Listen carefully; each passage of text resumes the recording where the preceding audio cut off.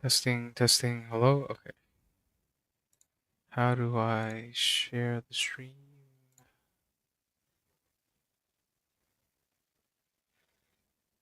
Maybe put some music on first.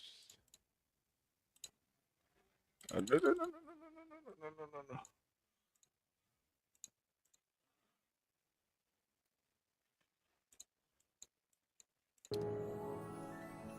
That's close.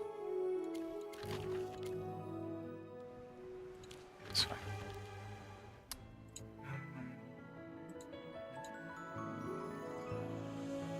Okay. How do I share this again?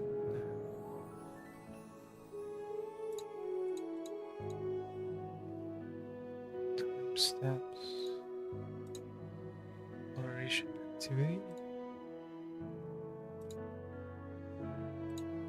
That's fine. Okay. Pop out dashboard. Send feedback. Oh man, it's been so long.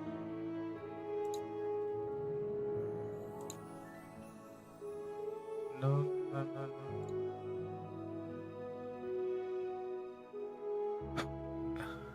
Why can't I do this?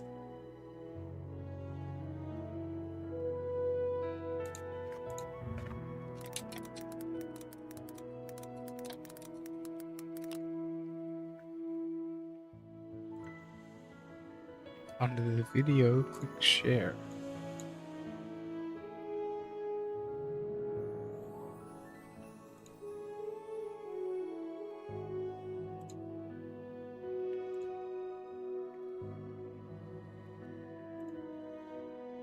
I love Monday.com. What's Monday.com? Oh man. You don't know Monday.com?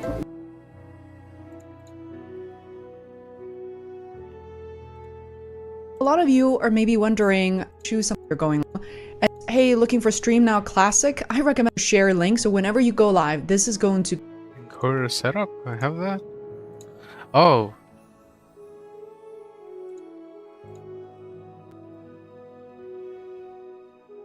No. Stream key.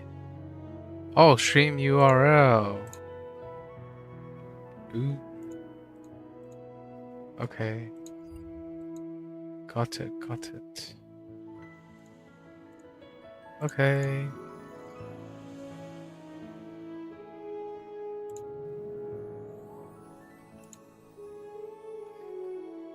Okay. Streaming.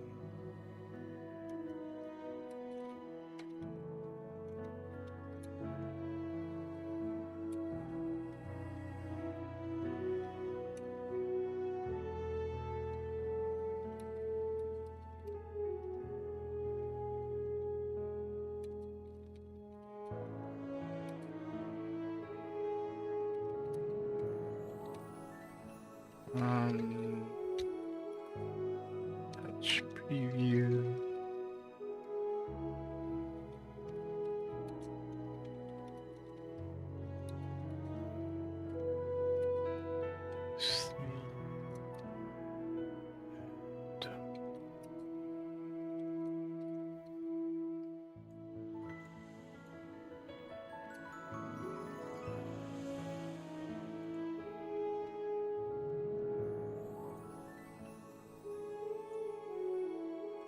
And that's it.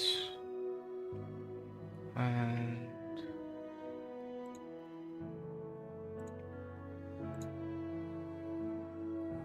here.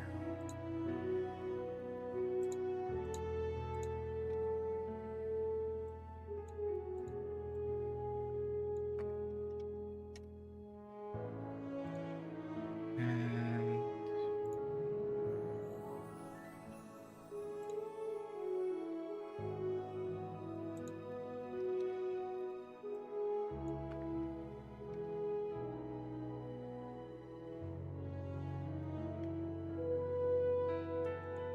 how come the link isn't like...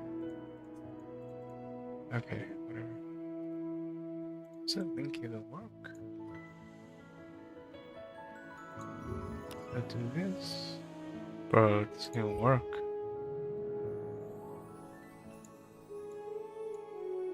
Doesn't even work.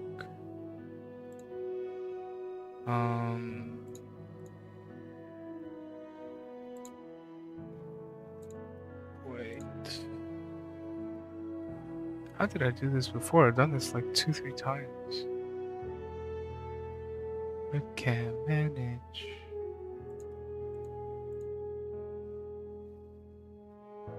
Stream health, stream settings.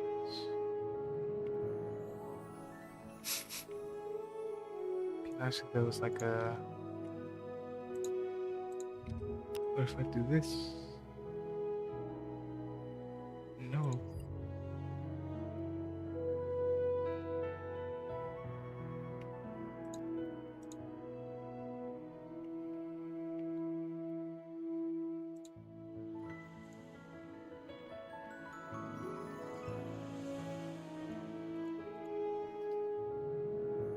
Hello. Hello, hello. Just want to test the link is making sure that it works. But I don't think it works.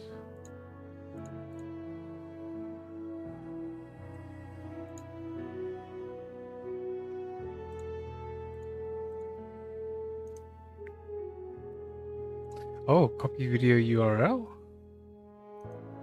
Is that how it works? Oh yeah, yep.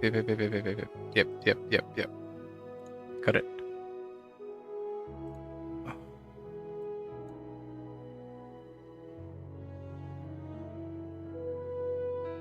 There we go. God damn it. And there.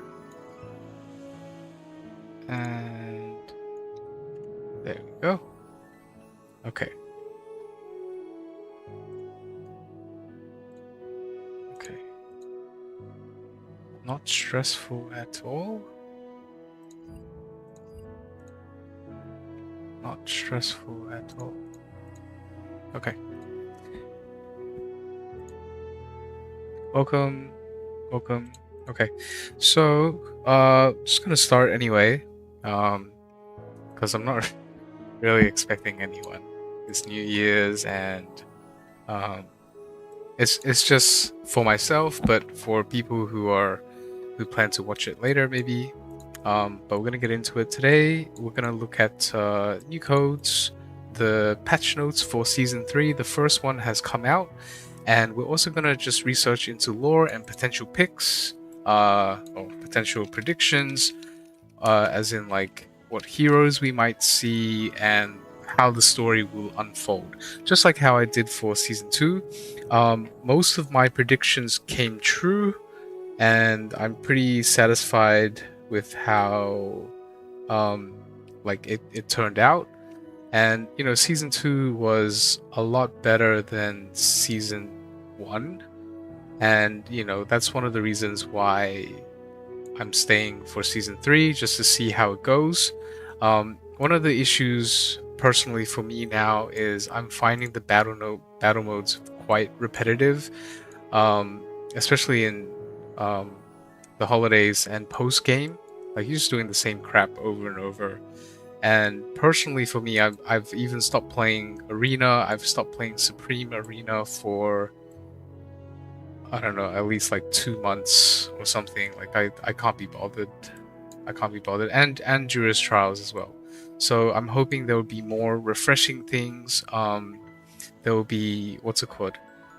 The thing where you don't have to do specific quests. Like, you have to do a little bit of everything.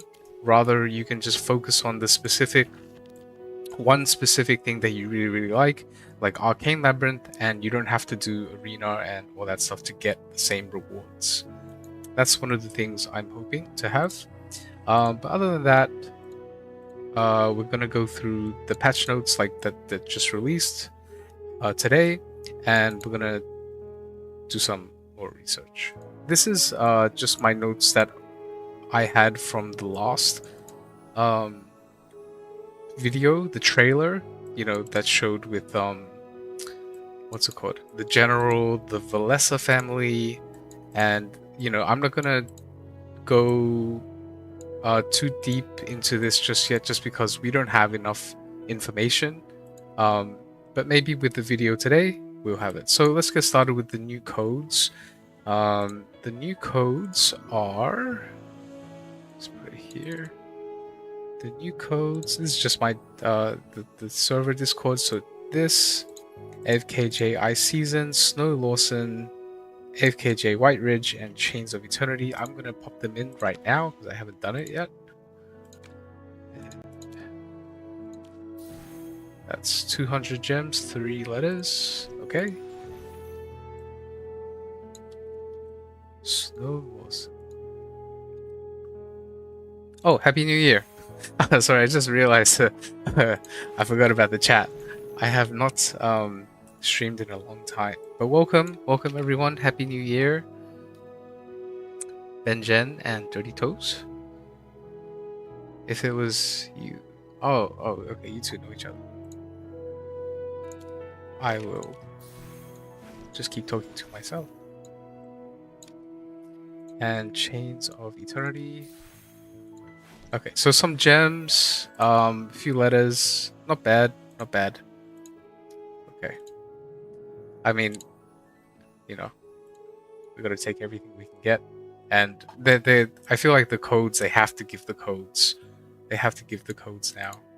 Like more and more codes, because they're trying really hard to get people to stay for season 3, especially at this time, New Year's, holidays, nothing's going on, and people like me who are on the fence. Okay, let's watch the patch notes for season 3. So I'm going to turn off the sound just for a little bit, the music, and we're going to take a look at Journey Unfolds. I have not watched this. This is all new to me. 13 minutes. Oh man, I'm going to get sick of... I don't watch these usually because... What's it called? Chippy and the girl, the tavern girl, their voices get a bit annoying. Cedar Town of the Duchy of Not Cheddar Town? White Ridge, the long-awaited Snow Spire Festival. Lily Pichu? Oh cool. Lily Pichu is voice acting here. Sorry, I'm gonna be doing this a lot. I'm gonna be pausing. I hope you guys don't mind. Has finally arrived, drawing It's a bit loud. countless visitors. Is that the Princess of White Ridge over there? And the new face beside her, could it be the mage from the Lightbearer Empire? Why are they dancing together? Hold on. What's the undead? Oh, wait, they're the same guy. Wait. So I just took some stuff before. I took some screenshots yesterday. So you see in the previous trailer, like they're fighting. They didn't show who it was, and I think they're the same person. And I didn't think they were the same person before, because when they introduced that wolf, oh, he is wearing the same clothes. They just look, he just looks so magnificent here, and this looks very different. But the person who talked had a female voice. So is this wolf a female? Okay, I'm very confused. Hunter doing here? And that cloaked swordswoman? What secrets is she hiding? Beneath the laughter and music, a sense of unease stirs. What darker things might be lurking behind this grand celebration? When did this eerie festival truly begin? And that seems like the soldiers 2,000 years ago in the war. I think they're being revived. where will it end? Welcome, my friends, to the new season, Chains of Eternity!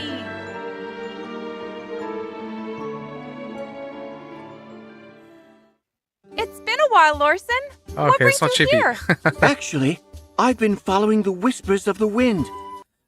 First of all, I have to say, I do not like Lawson's voice. I don't think it suits his I do not think it suits his character. I think it would be a lot Wandering far and wide. cooler. Right now, I'm staying in Cedar Town, in the Duchy of Whiteridge. I never expected to run into familiar faces here. Why don't you tell us more about the duchy? The Duchy of Whiteridge is a duchy under the Lightbearer Empire, named after the majestic and magnificent Whiteridge Mountains. Okay. With snow-capped peaks visible year-round, the mountains are a symbol of the duchy and a popular destination for travelers. The duchy is ruled by the Velisa family. The current Velisa, lord, okay. Sigmund Velisa, is highly trusted by the empire. Cedar Town, the most prosperous town in the duchy, is also the site of the annual Snowspire Festival. That's what we are here for this time. But before we get into that, let me introduce you first to Magister Merlin. Finally, I can join Magister Merlin's team and set off on adventures together. I bet Magister Merlin has been looking forward to That this sounds reunion too. Lorson, the Windweaver Protector, possesses a rare gift, communicating with the wind and sensing its flow to uncover hidden truths. Support? Okay, I that's hear a what we storm support is what. Wait, I thought he was gonna be a mage. Okay, so I mean he is a mage, but I thought he'd be yeah, the mage class, not the support class. Okay, so he's support. Interesting. His voice suits him just fine. Coming. His second skill, Stormbound Retribution, allows Lorson to link the nearest and farthest. Oh wait, let me just read that. Oh, it's not detailed. Second Okay. skill, Stormbound Retribution, allows Lorson to link the nearest and farthest enemies to him with a Stormbound chain at the start of the battle. When one of the linked enemies takes damage, the other does too. Okay. But this damage cannot defeat the enemies. This matches with his previous skills in AFK Arena. So I did a video a while ago, like a long time ago, on Lawson and his abilities on AFK Arena, and so far they seem to be matching. The Stormbound chain breaks once the combined damage to both enemies reaches a certain threshold, or when one of the linked enemies is defeated. Wait. Certain threshold, or when one of the linked enemies is defeated. Lorson's third skill, Zephyr's Embrace, grants the Wind Ward to the weakest ally for a period of time. During this time, the ally gains increased dodge and haste while recovering health over time. Dodge and haste. With his ultimate skill, Whispering We'll look at this in Tempest, detail in a Lorson bit. fully harnesses the power of the wind, targeting the frontmost enemy with a continuous spell, generating a storm at their position and surrounding area for some time. Enemies within the storm area will experience reduced haste and take continuous damage. With his exclusive skill, Turbulent Resurgence, the breaking of the Stormbound chain heals all allies and reactivates the chain. The Stormbound chain can only be triggered a limited number of times in each battle. My wind does more than protect and heal allies. It also inflicts debuffs on enemies, just like the wind itself, gentle yet fierce. With Lorson on our side, enemies will fall swiftly and we'll see more battles at a faster pace.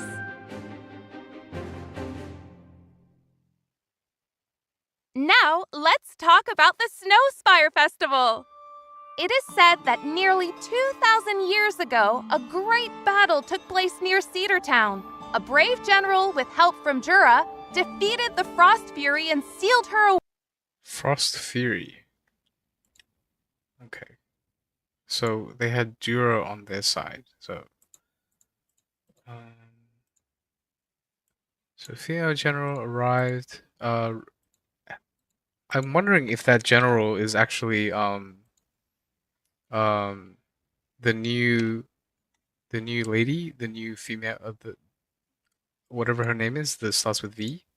Anyway, she had help of Jura. And defeated the Frost Fury. So I'm thinking the Frost Fury is Cryonia, the new Hypogean lady. We'll talk about that in a sec as well. To honor that victory, the Snowspire Festival was established, and its traditions have been carried on to this day. That's right. The celebration usually lasts for several days, with many events related to ice and snow. The snowball fight is Ooh, snowball fight. always a favorite. Participants divide into 2 teams and throw snowballs at each other. The team that knocks out all their opponents first wins. There are plenty of items to make the game even more fun. With them, Magister Merlin can throw Looks like you're versing AI. It'd be way more fun if you actually verse real people. bigger and more snowballs for an even better experience. Another beloved event at the festival is Icy Sweep. After the Frost Fury's defeat, a girl performed a dance on the ice to express her gratitude to Jura. As she danced, snowflakes fell from the sky, and people believed this was a sign of Jura's blessing. Over time, this dance evolved into today's Icy Sweep. Participants dance gracefully on the ice, trying to collect the blessed snowflakes falling from above. The more snowflakes they collect, the more blessings they receive. That sounds like it reminds me of the festival, the normal festival in the first city town, and you're running around the forest, in the forest land, and you're running around a pavilion, and you're collecting flowers or something like this. But be careful. Those hidden ice spikes on the rink could catch you off guard. Ouch! That sounds painful. And let's not forget Snowy Okay, good night. Thank you, Dirty Toes. See you around. Pals, a favorite pastime for both adults and children in the Duchy of Whiteridge. Building a snowman isn't about sculpting it piece by piece. Instead, Magister Merlin needs to start with a small snowball, rolling it along the ground as it grows bigger and bigger until it becomes a full snowman. Each snowman has its own unique charm, so take a closer look at the ones scattered around Cedartown. You might be surprised. It seems the Snowspire Festival wasn't just created to honor the Frost Fury's defeat. Its events are closely tied to that legendary battle. Luckily, in the present-day Whiteridge, the only troubles that Magister Merlin needs to resolve are Mirage Frostspike and Nocturne Judicator. As the Chains of Eternity season begins, there's so much to look forward to. Not just new regions to explore and a bigger world to roam, but also exciting updates to faction talent, season artifact, seasonal modes, and equipment. A handy new item, the exclusive Equipment Reset. Oh, this is nice. Oh yeah, so we talked about this. I mean, I've seen this before. So reset the level to 0 and return all invested essences. Abyssal essence will be returned to. Okay. Beautiful. Will also make its debut. This item lets Magister Merlin reset a hero's exclusive equipment level, returning all the materials spent on upgrades. But it's extremely rare, and obtaining one won't be easy. So use it wisely.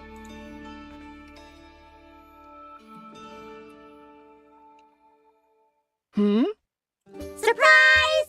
How could we miss such an important Oh, God. occasion? It seems Lorson heard something in the wind and hurried out with Dolly.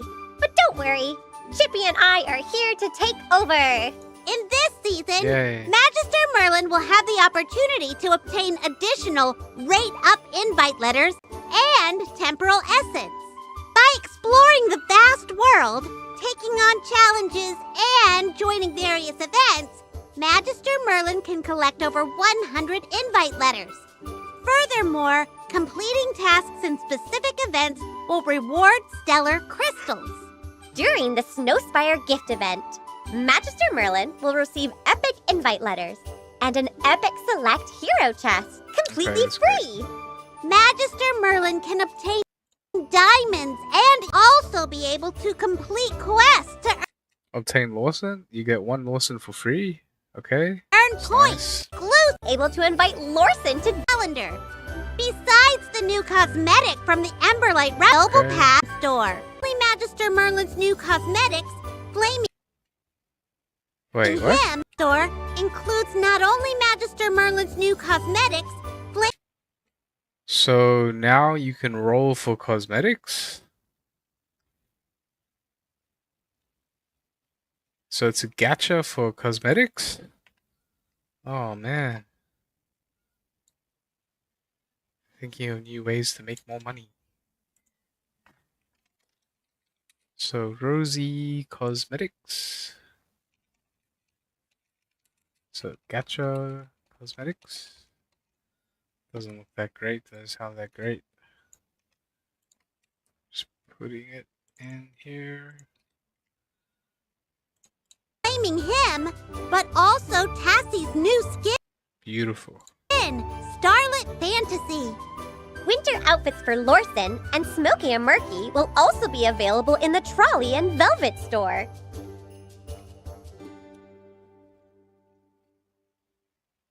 Before we end today, I'd like to share my favorite legend of the Twin Stars. It is said that 2,000 years ago, Jura The Legend of the Twin Star. intercepted 2 comets destined to fall to Earth. Okay.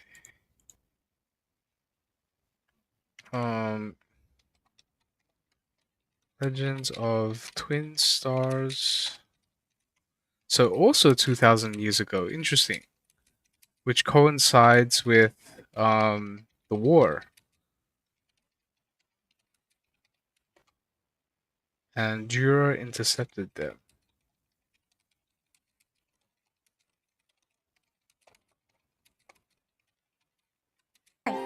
Transforming them into the Twin Stars. Oh, okay. And then so Jura transformed those 2 comets into twin stars. Wait, what? That now shine upon us. They are of one mind, perfectly in sync, as if they were a single person. They are seen as the radiance of the night sky, the guardians of peace. They are the celestial twins of the night sky, the Guardians of Peace. Okay. of peace. They are the celestial twins, Elijah and Lila. A perfect dance. Twins created by Jura. Support. Magic 6 range, 1 range. A perfect dance. Okay. Twins created by Jura. Born as one, but acting independently on the battlefield while remaining spiritually connected. They not only share health and energy, but the strong bond between them also provides buffs to their allies. Their second skill, Stellar Ties, creates a stellar bond between Elijah and Lila. If they are positioned in a straight line, allies placed between them will also form a stellar bond with them.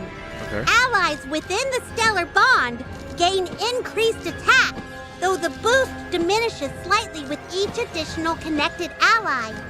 When actively casting the second skill, Lila sends a green light along the stellar bond to Elijah, healing allies in its path. At the same time, Elijah sends a golden blessing back to Lila, restoring energy to allies along the stellar bond. With the third skill, Cosmic Protection, Lila summons a divine shockwave at Elijah's position and near another ally surrounded by enemies. The shockwave knocks back enemies around Elijah, deals damage to enemies within the area, and applies a blinding effect for a short period of time. In addition, Elijah grants a shield to Lila and the weakest ally, lasting for a set duration of time. While the shield is active, Lila becomes Man, it's so hard to focus immune to with this control voice. effects. Their ultimate skill, Starlight Waltz, is born offering Scenarios. demo away, Chippy. Oh, that's it? Okay, great. I'll look into these details as soon as they're out. I'd rather see the detailed version of these heroes. But it's nice to see. Okay, so legends. So Elijah and Lila. Elijah and Lila. Okay. New codes, blah blah blah. Okay. Right. 2. All right. So, to summarize, we have the festival, like new kind of events that you'll see. We'll get to experience the festival. You see a snow fight, ice skating dance thing, and building a snowman. So these things might just replace the old festival that we had. You know, we had a quiz show, we had puzzles, we had um, the ring around a rosy thing, and I think these are just replacing the festival for new activities. I'm sure we're gonna still have puzzles. I'm sure we're still gonna have um, the first one that I said before. Anyway, we're gonna have the X weapon reset, which is nice, but they're gonna maybe you only get 1 or 2 max in the next season.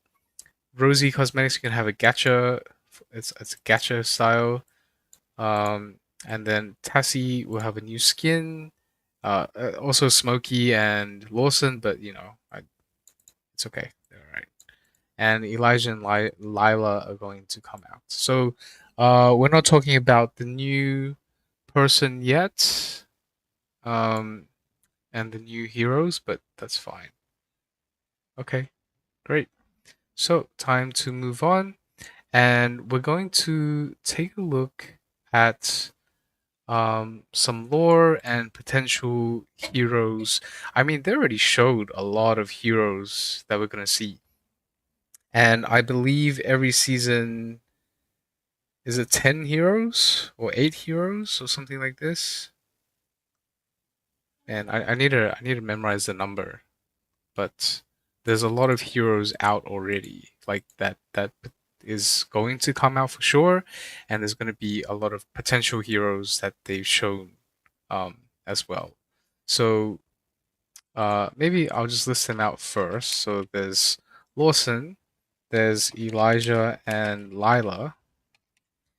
There is probably the wolf man or girl. I based off the video, it seems like a female. But you know, I could be wrong.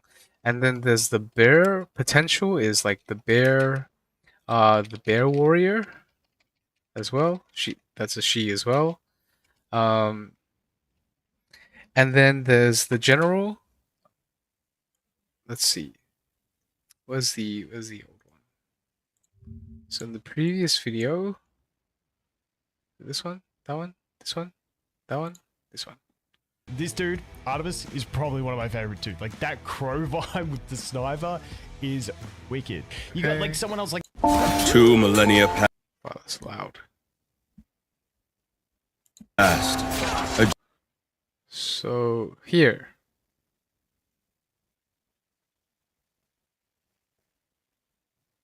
Valka, I think that's her name. She just popped into my mind. That's loud.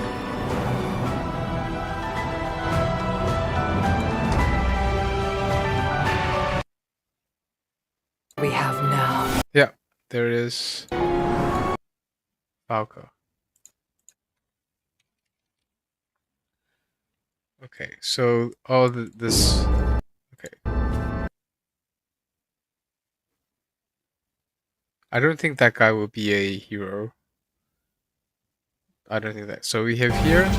So the bear lady and the wolf lady, probably. Maybe not. I don't know. Valka. Right, but that's plenty to work with already, because now we can do some research on the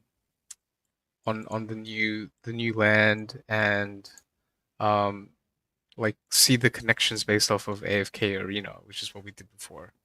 So oh yeah, Crayonia. So this is definitely, she's 100% going to be in here as well. So this is, for those who don't know, this is the Hypogean Ice Lady, and she is the one who probably did all that ice damage. She is also the one who they refer to as the, what do they call it? the Frost Fury. It's a strange wording. It just looks like furry. Okay, the Frost Fury. It's fine. And okay, so this is 100%. I'll just write in the ones who are not guaranteed, which is just these two, because Valka is definitely going to be there.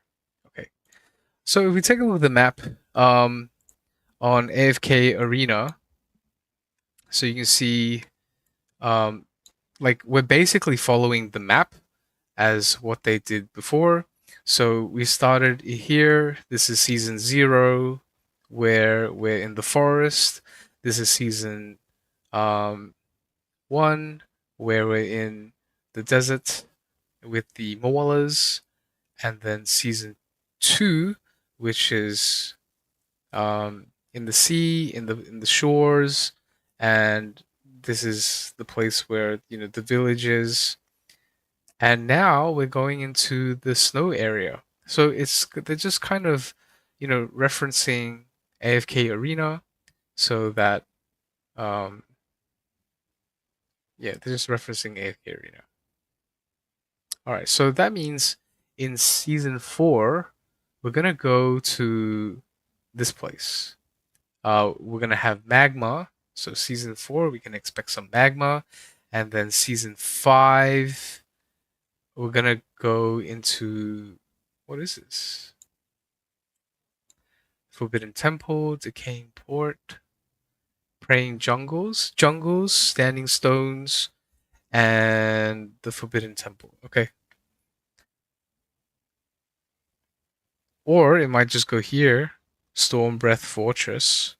But there's definitely magma, and maybe this. We'll see how it goes. I think it will be more rocky, more ancient.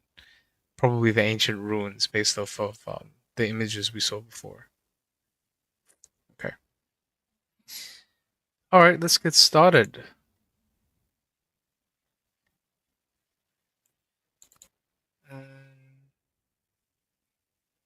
So where do we start? Where do we start?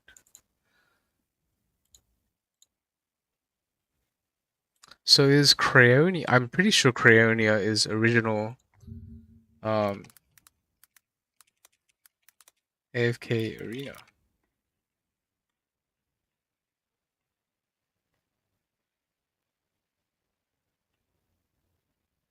Yeah, she's not. She's an original. She is an original. Okay. But you know who's not an original? Is Lorson.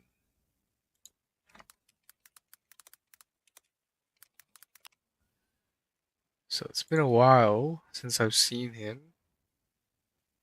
But okay, so to remind ourselves, Arden is his teacher. I don't think we're gonna see Kaz. It's too cold. Rowan is his friend and traveling companion. Rigby. Absolutely. So, Lawson is known for traveling around the world. So, man, there's so many ads in here. Yeah, I think it's too cold for Kaz. So I don't think we're gonna see her. Skryeth? Okay.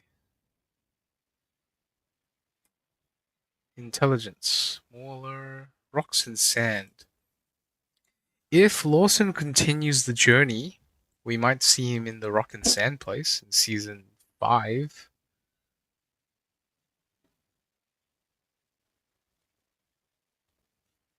The Falcon Clan.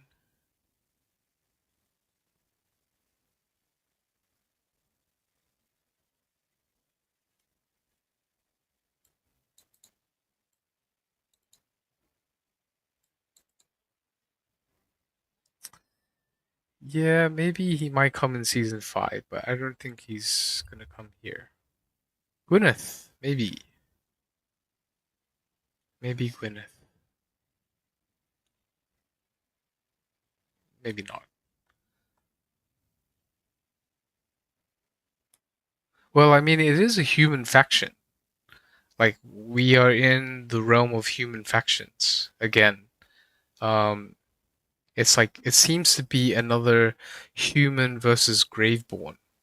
So, but they need like Maulers and the the green people as well. So it's possible. It's possible. Very small possibility, but she doesn't seem like a very like compared to all the new AFK Journey characters, I don't think she has the image to have wow, that's cool. The general image, I don't think she has the general image. That's a sick skin. Okay. Isolde. I think it's a bit late to put in Isolde. Like it could have been done before when we had Nero. I mean, we might see Nero again because he did escape. We haven't seen that side yet, you know? We did see people reviving the dead, and Nero is he a necromancer? Does he count as a necromancer?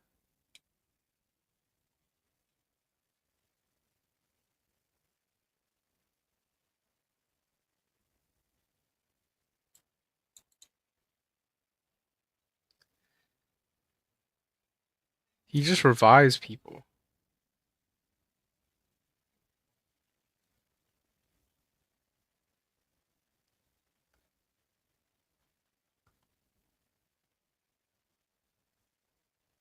He's an expert surgeon. Yeah, he's more of he's not a necromancer, so to say. He's more like someone who like builds Frankensteins. Okay, so no Rowan Rigby. He looks like Gragas. Probably not. Rosaline? Probably not. Okay. So, you know, Lawson's traveled all around the world, so this is just like one, you know, one part of his life, just like the Magister. So, but these are like the closest affiliations, and they don't seem to be part of his story. I think we're just seeing him as a traveler, and he's accompanying you, and he's following the whispers of the wind. So, you know, I think we're not getting really much any clues from this. Okay, so we're gonna keep it there just in case. We're gonna go Elijah and Lila AFK Arena. And this is new. This is new for me. I don't know anything about these two. Alright. So Elijah and Lila are intelligence-based support heroes. So they excel in mitigating frontline damage and speeding up allies. Elijah heals. Lila focuses on restoring energy. Okay. Celestial.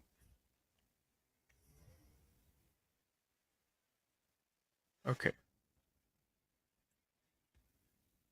All right. Let's read their abilities, and we're gonna see what these are later in detail in AFK Journey anyway.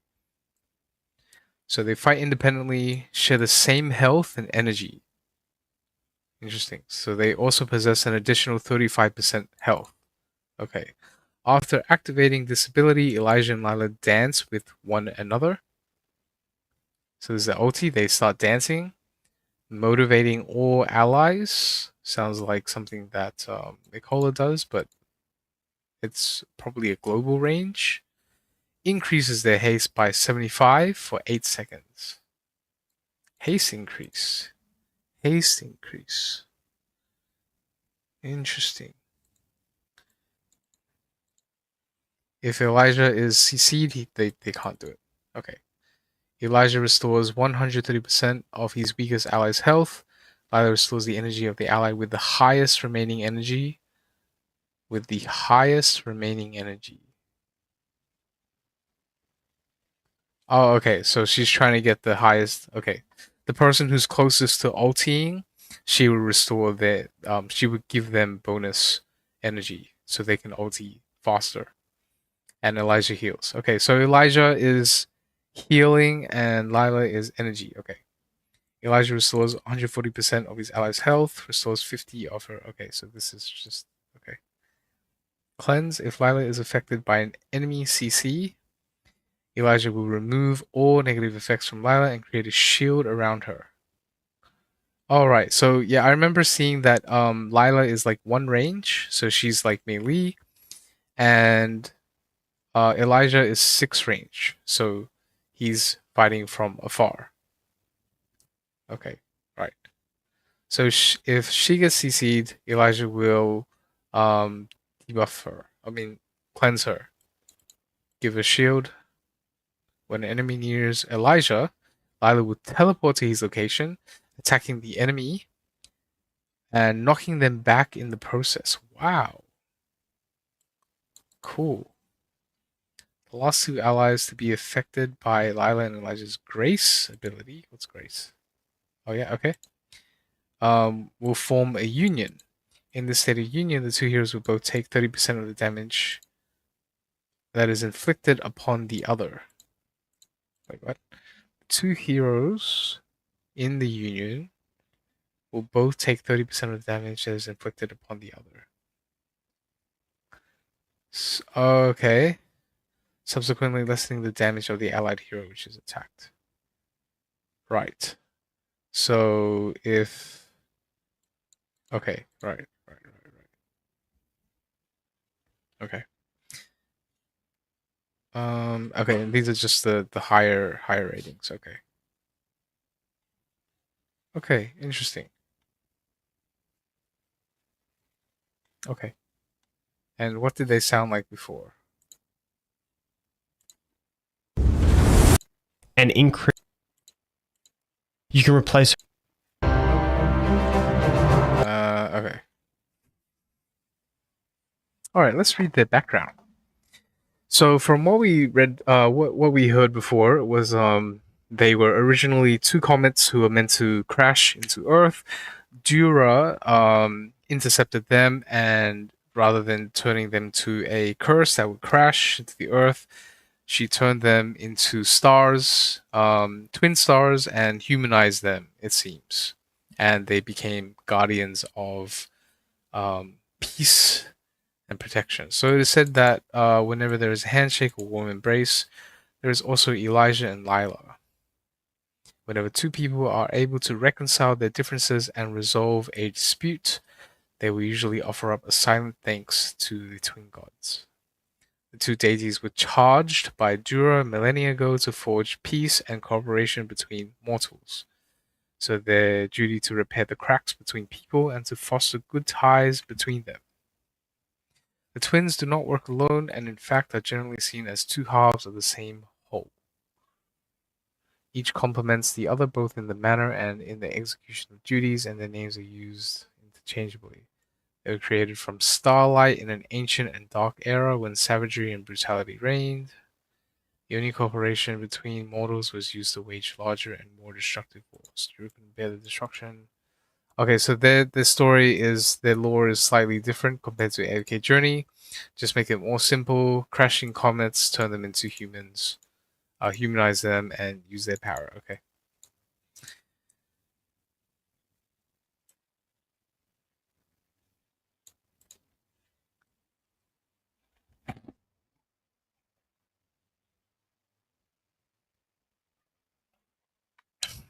And they're there to fight Hypogeans. Right. Okay. Oh, interesting. Just want to quickly see if there's any other ice related, like if we're gonna have a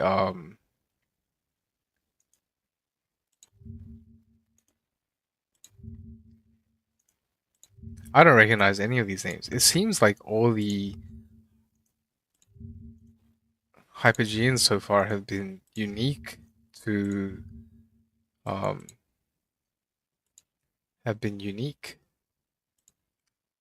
to AFK Journey. Burn damage. Maybe we'll see this guy in season 4, the lava. Okay. Here, CC. Another support? No, a mage. She can prevent her own death by sacrificing her minions. Maybe. Maybe not. Zolrith. He can send his future self to battle alongside him. Look, he's got a Sand of Time. Okay. Alright. Nope. Nothing really ice themed. Oh. Looks like a water ice dragon or something. Oh, both his appearance and abilities are ice themed, and he uses a frost serpent as his aid. Ulti, Frozen Mist. Looks possible. Looks very possible. See his skills quickly. He explodes, dealing damage to all enemies on the battlefield, causing them to be enveloped in a frozen mist. I wonder, was there frozen mist in any videos you see in the fight? Is there any frozen 2 mist? millennia passed. Oh yeah, The that's general frozen led mist. her soldiers against a Hypogean in this place, and the cost of victory was high, as she herself died in the end. Maybe not. Okay. It's possible. It's possible. Like, if they want to whip out another character, like they could do it. Lucretia.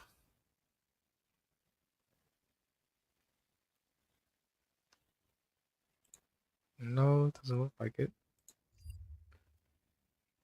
Mortis.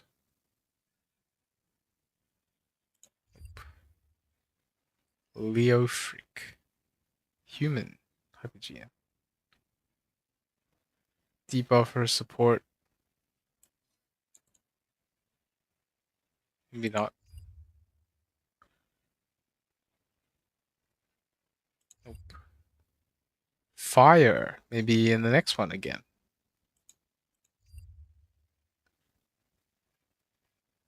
Lord of Nightmares. Valorous. Not much in the beginning. Lies of the Goddess. Probably not. Kanisa and Rook.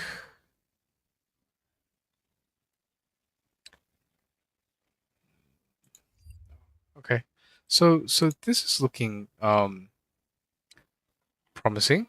Like, there's potential. And we should also see, okay, they have no affiliations. The only affiliations they might have is with Jura, and they probably have like a strong connection with Jura because Jura made them. And they might give clues to the Magister. So this is interesting so far. Okay, so that's okay. This is a potential. This is in. Okay. Moving on. Wolfman and Girl. Man. Okay. Valka seems like a unique hero from AFK Journey, but we're gonna take a look just in case. No, So she's definitely um definitely unique. Okay, and Crayonia is unique as well. Wow, so very nice. They seem to be taking more of a unique, um, using their creativity to make new heroes. And I remember seeing the video, and a familiar face we saw was Ludovic. And I believe Ludovic is also unique, right? To AFK Arena. I mean AFK Journey. Yeah, he's unique. Wow. Okay, so not many clues actually. Um okay, so let's take a look at the lore of the mountain ridges. And so this place is called the Monastery Whitewoods Sanctum Malden and Esperance. Okay, so we have a few places that we can search. So let's start with Malden.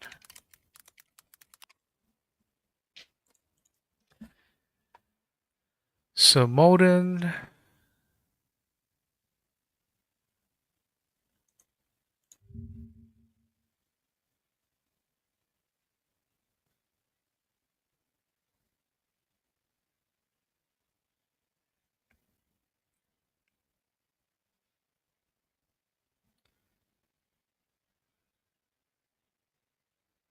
Is it dwarves? Okay.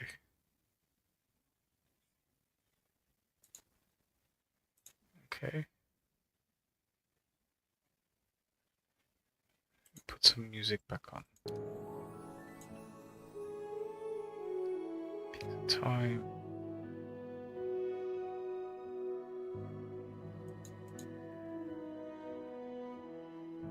Okay, not very helpful.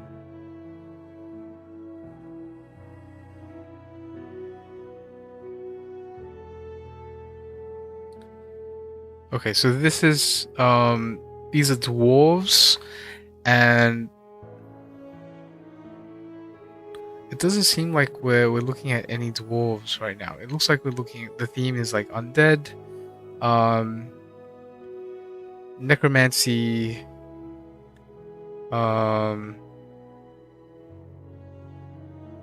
humans.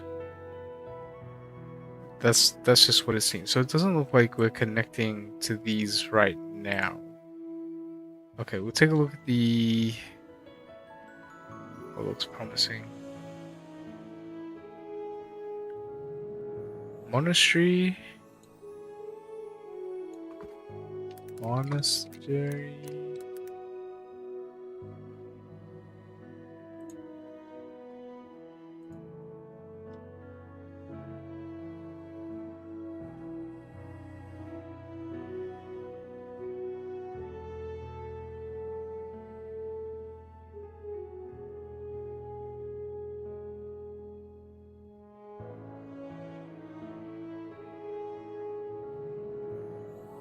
Oh, this is interesting.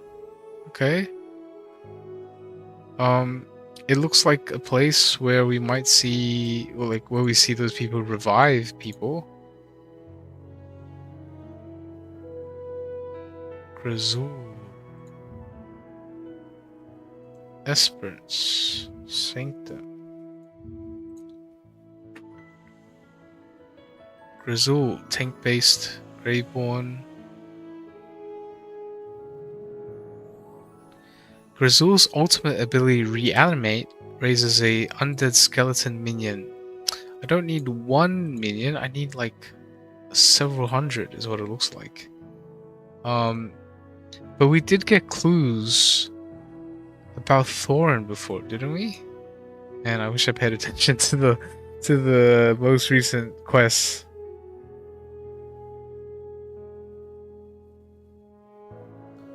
Dance's Empire, that's right. Okay.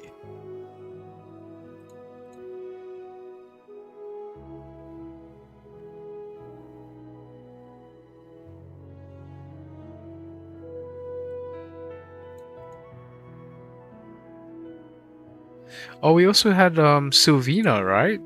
I wonder if this will connect at all. Sylvina, AFK Arena.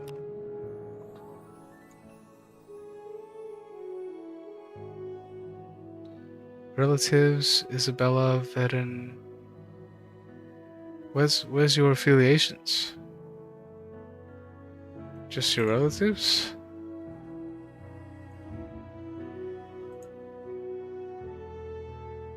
Wow, she has a sister.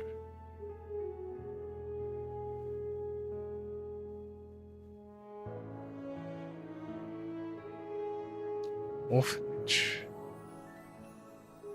Bantus Wasteland.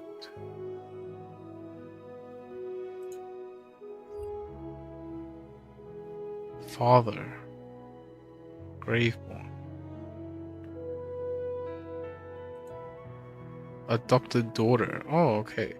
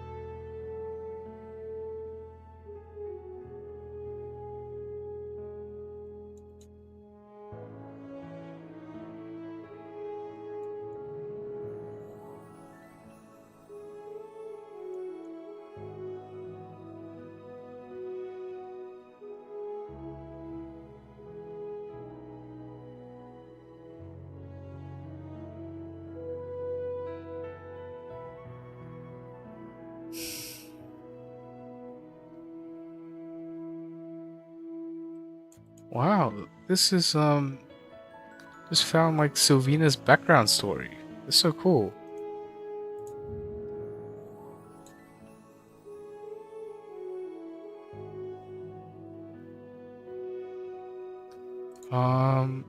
I mean, happy to look into it later, but Arcanus Union, okay. Interesting. I'm just trying to see if there's any way to see if Vedden is part of this at all, like season 3.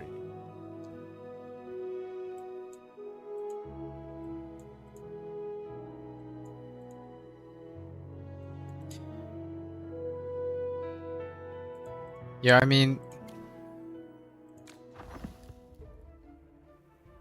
yeah, maybe look in the archives and see what happened.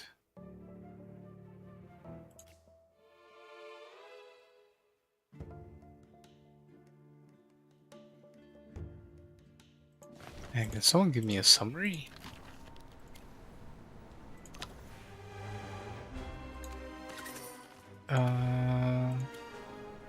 Oh, records. No. It should be in the archive, right?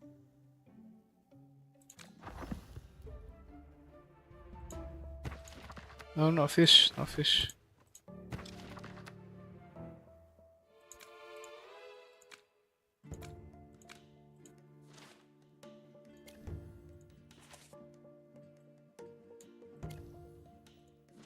This is not helpful at all.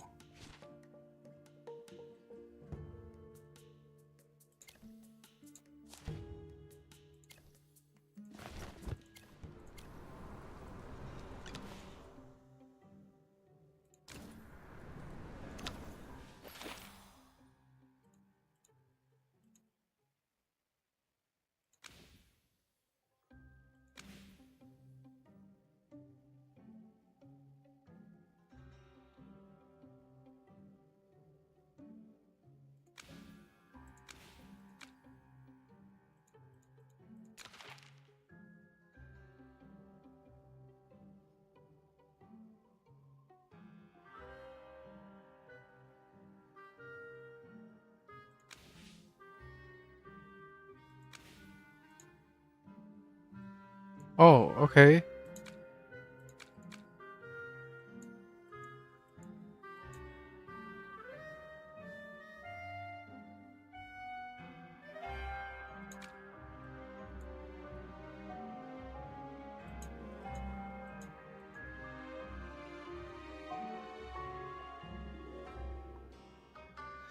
Oh, so we were originally going to Cedar Town. Oh, wow. Okay.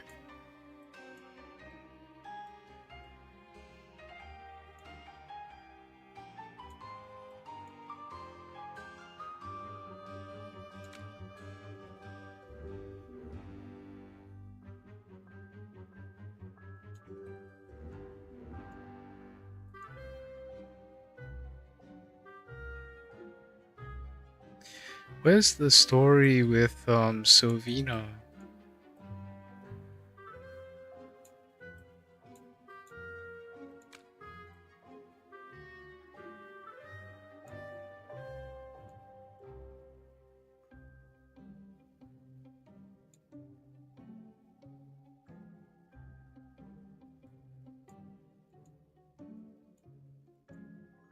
I feel like I'm so close.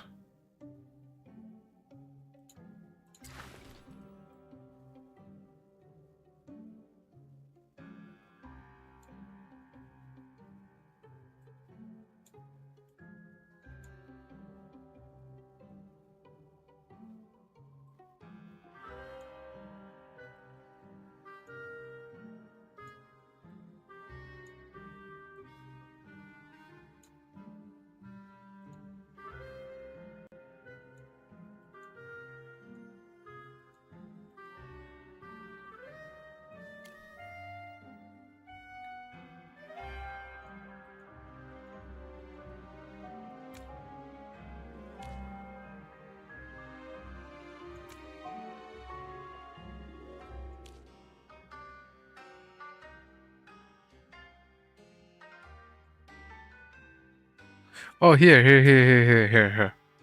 Okay.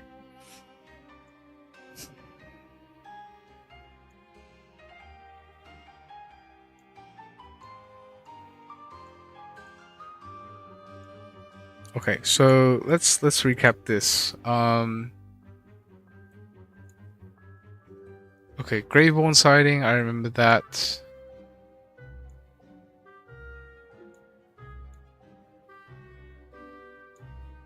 You fight Bonnie. The Void Relic.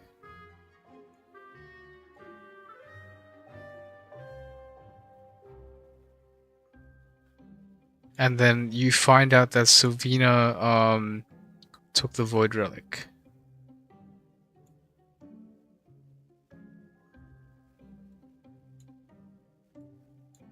Bantus Empire, Thorin, Fallen King. Oh, I remember you got the you got it back, right? Luca is no match for her.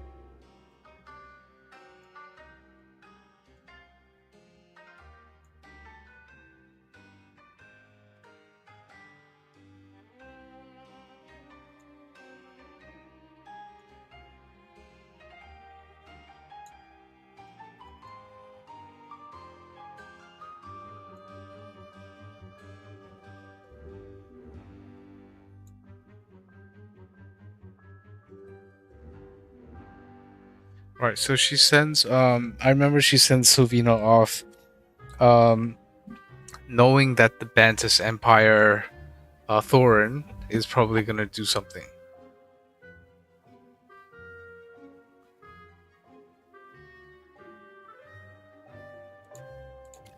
But it's just a side quest, right? It's just a side quest, right? Oh man, don't know. Okay. So it'd be nice to see. I mean, I won't get into this stuff until later, I think. So all the information's there with Sylvina. I won't do any of this until I'm sure that Sylvina's got a big part in it. Or the Bantus faction, the Bantus people are involved. But the Bantus faction, yeah. Another clue to look for is any heroes that are undead, and they focus on revival, resurrection. And so far, I don't think we have any people like that, so let's let me double check. No, it's just Ludovic. It's just Nero. He's the only one who really... Oh... I mean, there was Viperion, right? But he, Wait, let's see. He's the one who created the whale or the monsters. The Kraken. The Kraken. What happened to him? He escaped?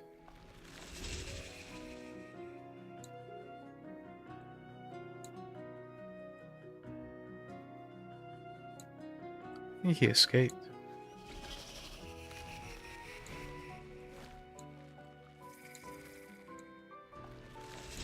Okay. And yeah, no, okay. Let's learn more about Ludovic. I need 2200. Okay, let's give him 2200 then. Oh, I'm so poor. 2300? Yeah, okay, good. Okay, alright. Born with a silver spoon in his mouth, was adored by his family during his lifetime. Whispers of his 10th birthday became legendary. So his parents built a mansion just to house the treasure trove. Wow. It's not a silver spoon, man. It sounds like a gold spoon. Priceless raw emerald, cut and polished into 4 oval pieces to adorn his attire. Okay. So he's rich. Okay. Extraordinary talent in sculpture and painting, which is so incredibly lifelike that it brought a thief who had broken into.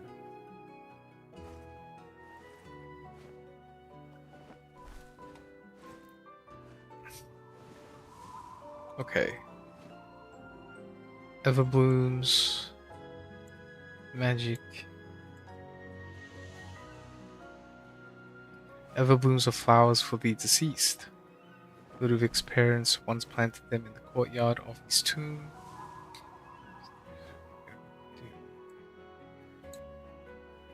Hereditary illness. The physician predicted that he would not live past 15 years old. If being agreed on does not count as being alive, the prediction had already come true. Okay. Immortality is a blessing. Yeah, it tells nothing else. Of course.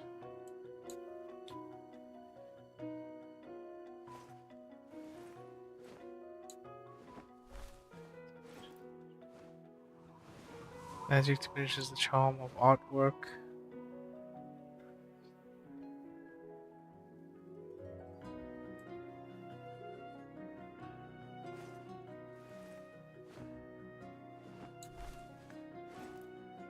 His ultimate pursuit in art is complete death.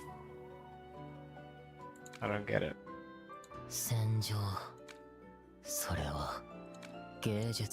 Okay, well, it's good to know a little bit about Ludovic's, about him, because we're gonna see him in season 3. Okay, back to looking for more clues. So I don't know if Thorin will have ties to this place. Who? I feel like I'm just going. different circles.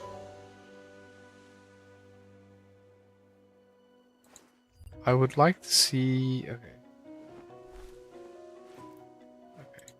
How about we type in Bantus Empire AFK Arena?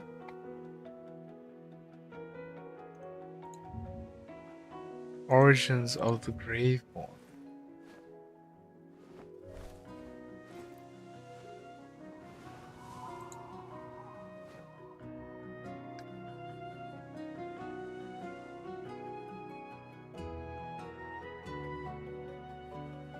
Priesthood, the bloody priesthood.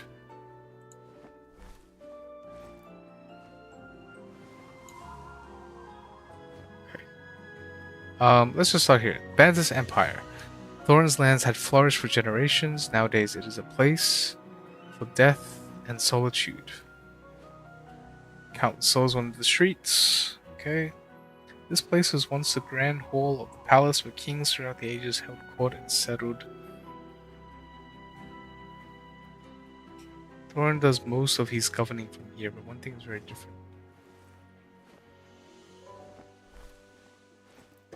Tyrant.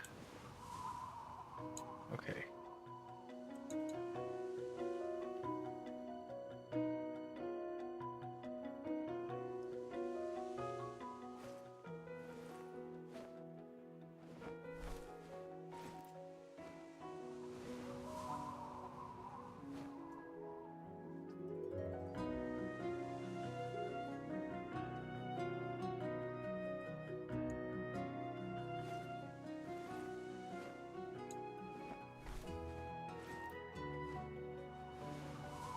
Oh, this might be it.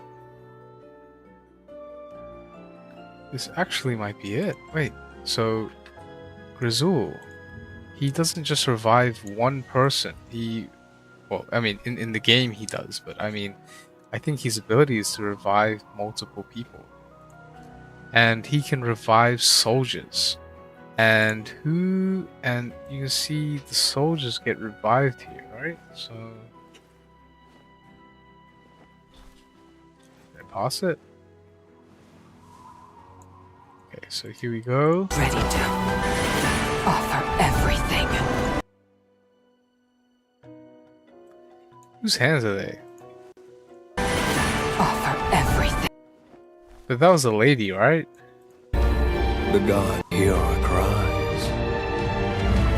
That's the general. I am ready. Is that the same hand? I am ready to offer everything. That's her. I am Diamonds on the knuckles. ready to offer everything. Is that diamonds on the knuckles? I am ready to offer everything. That was it, right? Wait, I have to... Man, it's so hard. Ready to offer everything. Okay, so it's just right here. Offer. Just, diamonds on the knuckles. Okay, that's Valka. Everything.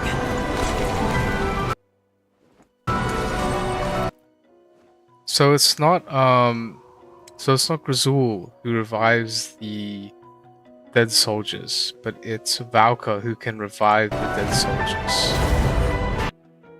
Right. And they do not have knuckles on their fists here.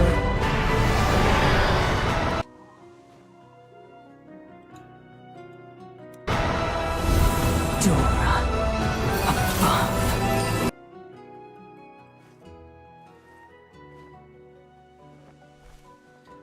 If the general lets down her ties, then this might just be her.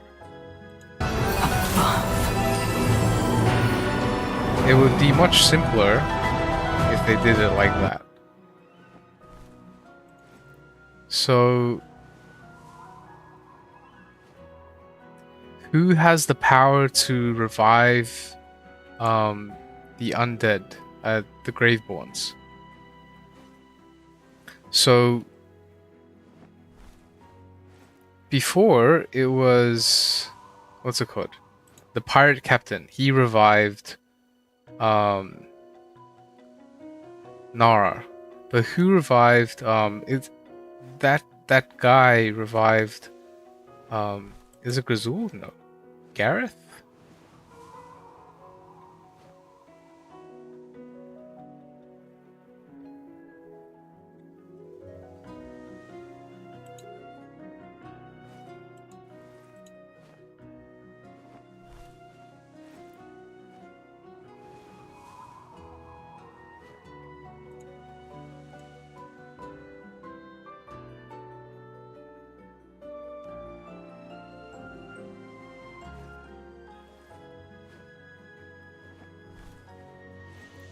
Quaidum. Quaidum. Okay. So.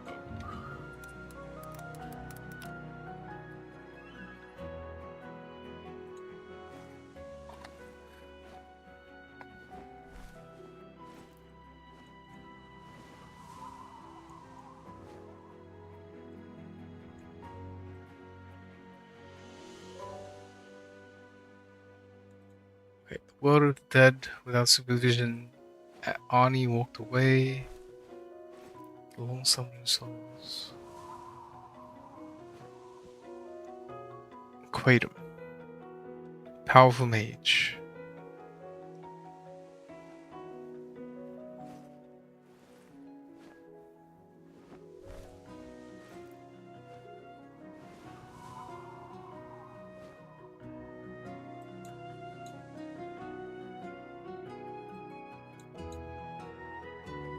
Okay, so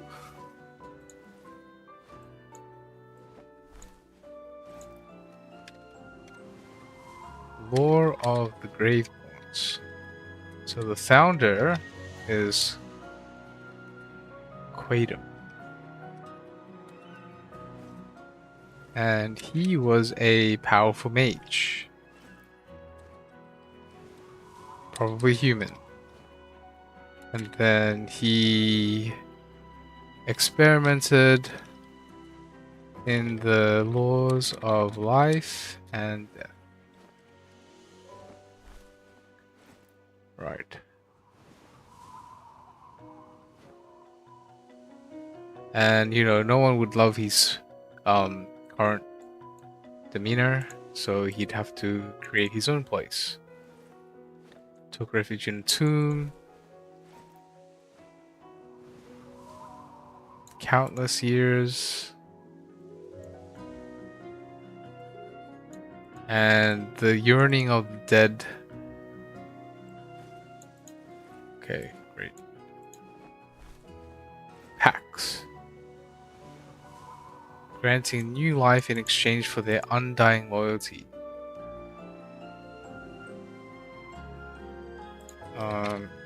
Okay, so Pax grants them new life for undying loyalty.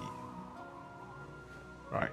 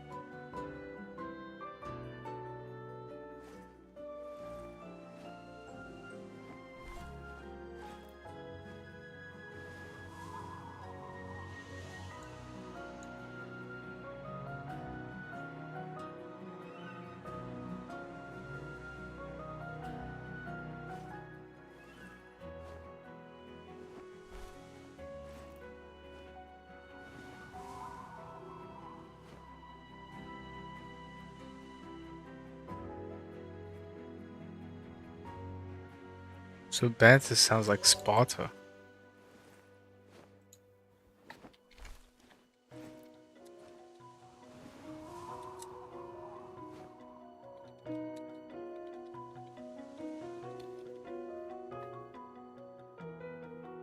Death in combat.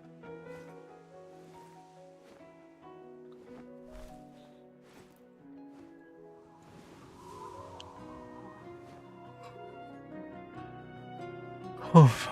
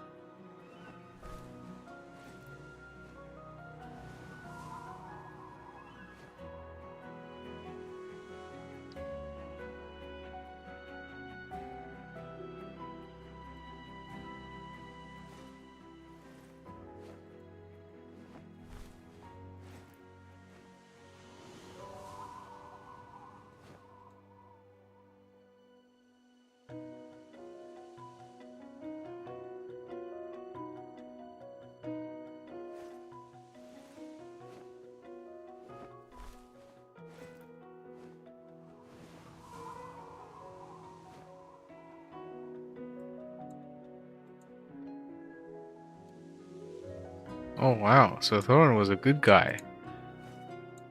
Okay. So Endless Wars and took on Necromancy and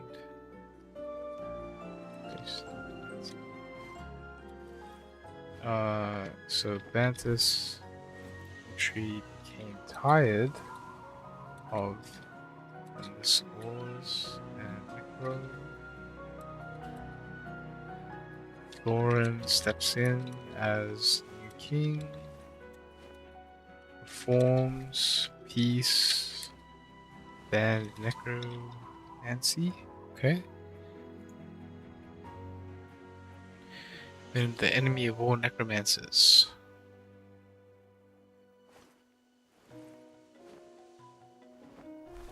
Supported Edwin. They launched a coup. Thorin died. Quaidam. Razul.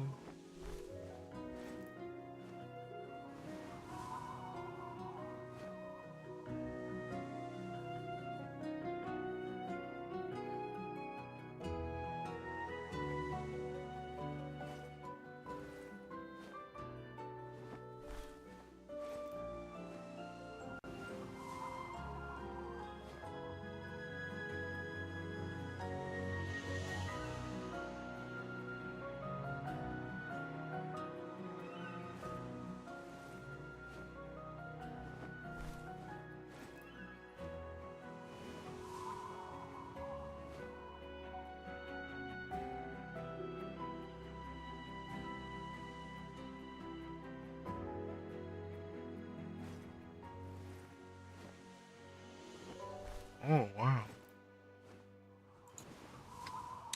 So there was a coup, and then Grazul, so commander, Thorin revived, and revived Thorin.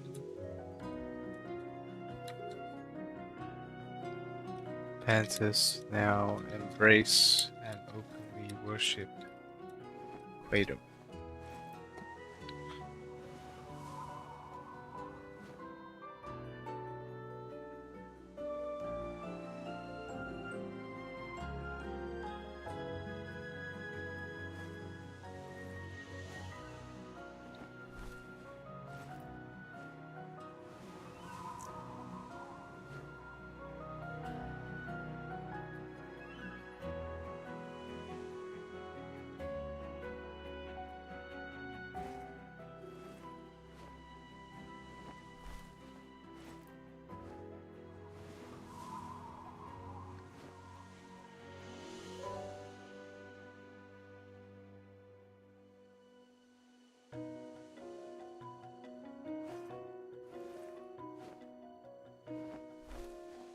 Oh wow. Okay. Lands now embrace and openly worship Quaidam. Okay. And then Thorin became king again, and Atlantis now land of the undead. Right. Amazing. So that's the origins of the Graveborns. Okay. And now everything is under the hands of Quaidam. So Quaidam wants the lantern or the relic or whatever it is. Okay, yeah, book this, copy this. Okay. Sanctum.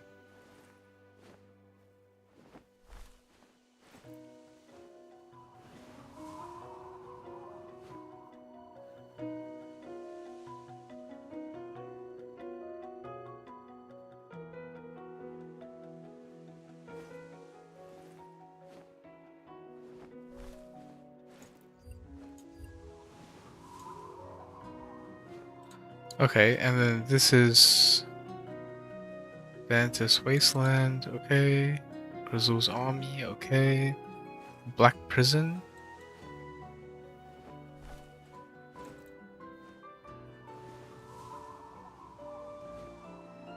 School of the Dead. Academy for Necromancers. Is this in Bantus?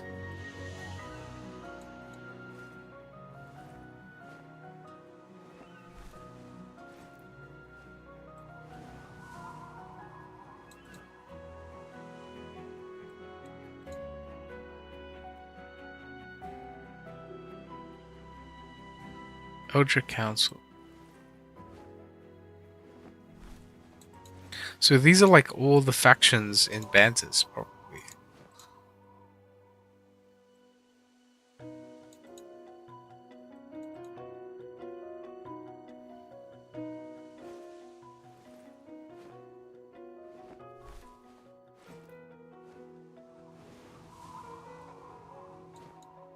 Oh, interesting.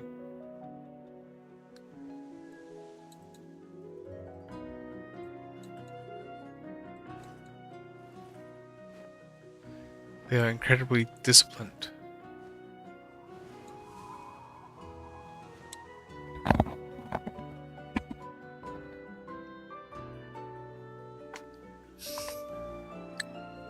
No sense of individual will.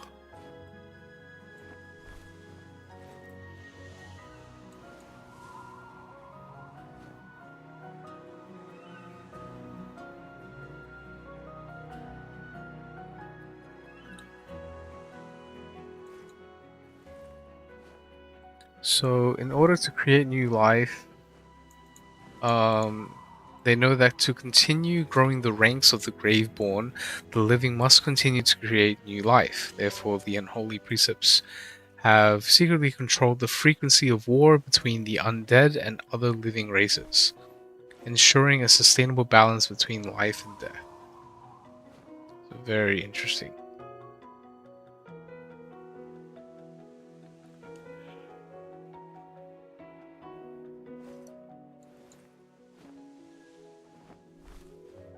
This is good to keep in mind. Because there are undead among in season 3, it's safe to assume that, you know, Quaidam is leading all of this, right? And that he wants to start a war, life and death battles. And you know, this is interesting because based off of this,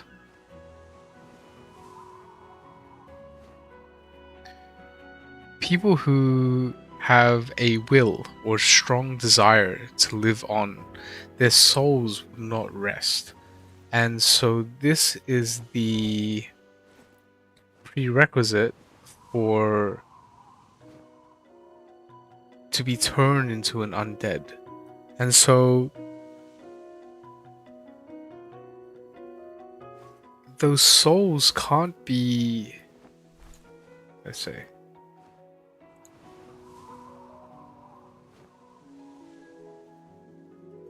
their souls would be so, let's say,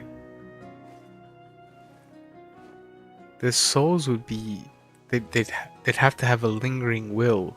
And so all these soldiers that revived, why do they have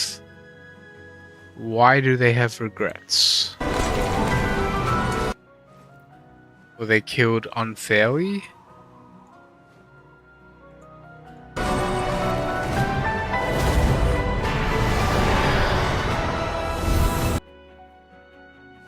And she has the ability, Valka has the ability to revive.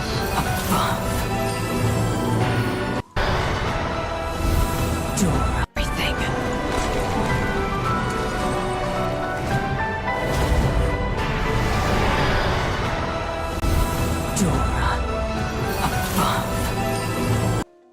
I will offer everything Jura above. I'm so confused, man. I'm so confused. Because, like, why would you offer everything to Jura when you should be offering everything to Quaidam? She's 100% Graveborn.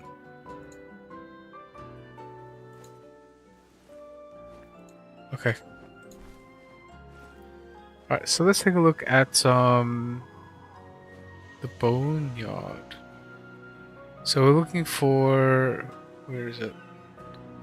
Sorenland, the Bloody Priesthood.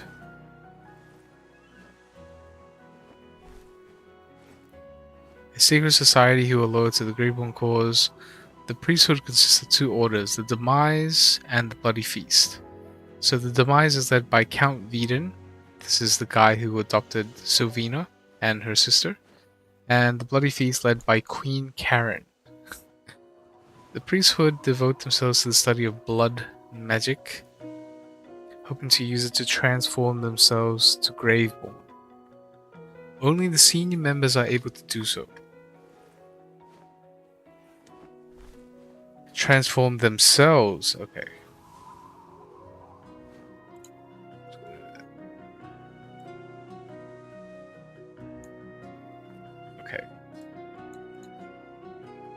While the low-ranking faithful are often accepted only to be used as a sacrifice, they go willingly, certain that their gift of blood will be rewarded in the next life. Okay. They meet only in that's Sylvina's sister. They meet only in secret, assembling in abandoned and crumbling castles. Abandoned and crumbling castles. Like this one.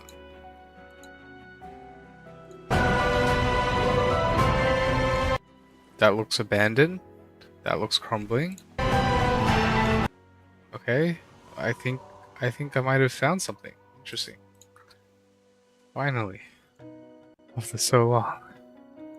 The members of the priesthood are members for life, sworn to secrecy on pain of death. Those who violate their tenets are punished severely. If not expelled, they are often decapitated to ensure they would not reveal the order's secrets. So it's a secret order. Okay. Okay. So yeah, this makes a lot of sense because, you know, they hinted about I don't think Ludovic is part of the order. Wait, is he a priest? He's an artist, but I don't know if he's a priest. No, he's just a...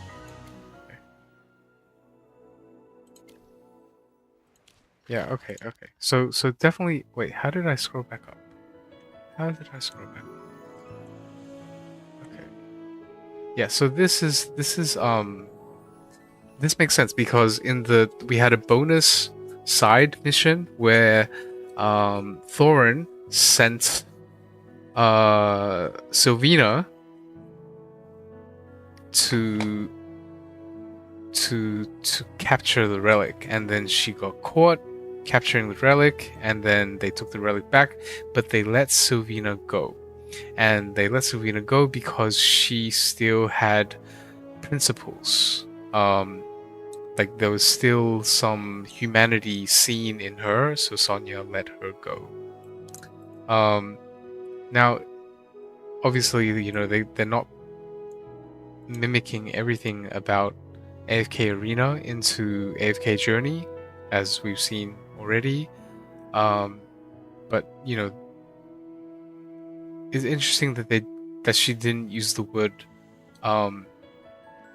this guy, I forgot his name already, Count Veden, but she used the word I serve Thorin. So regardless, I think this makes a lot of sense, like the priesthood thing. And so if we go, where are the undead?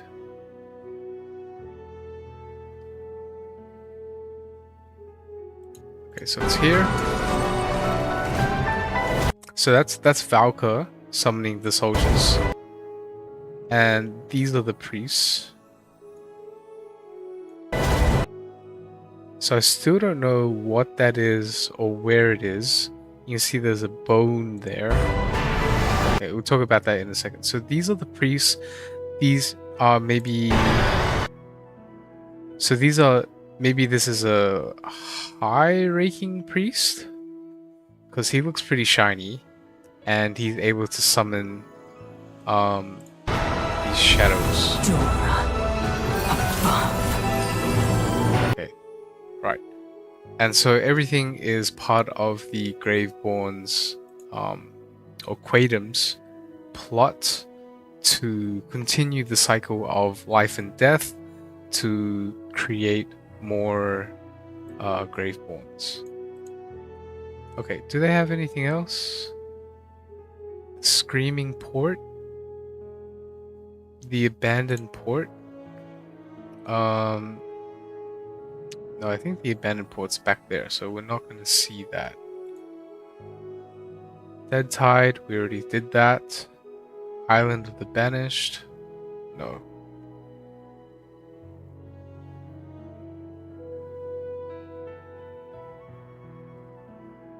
Wait.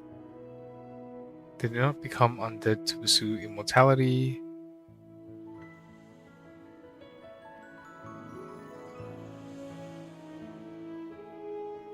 Praying for an escape from their curse. Oh, that's so interesting. I love the Graveborn lore. It's so interesting.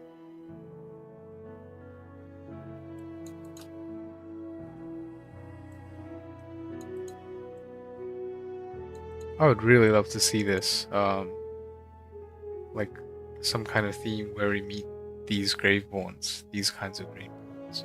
They're called Tainted.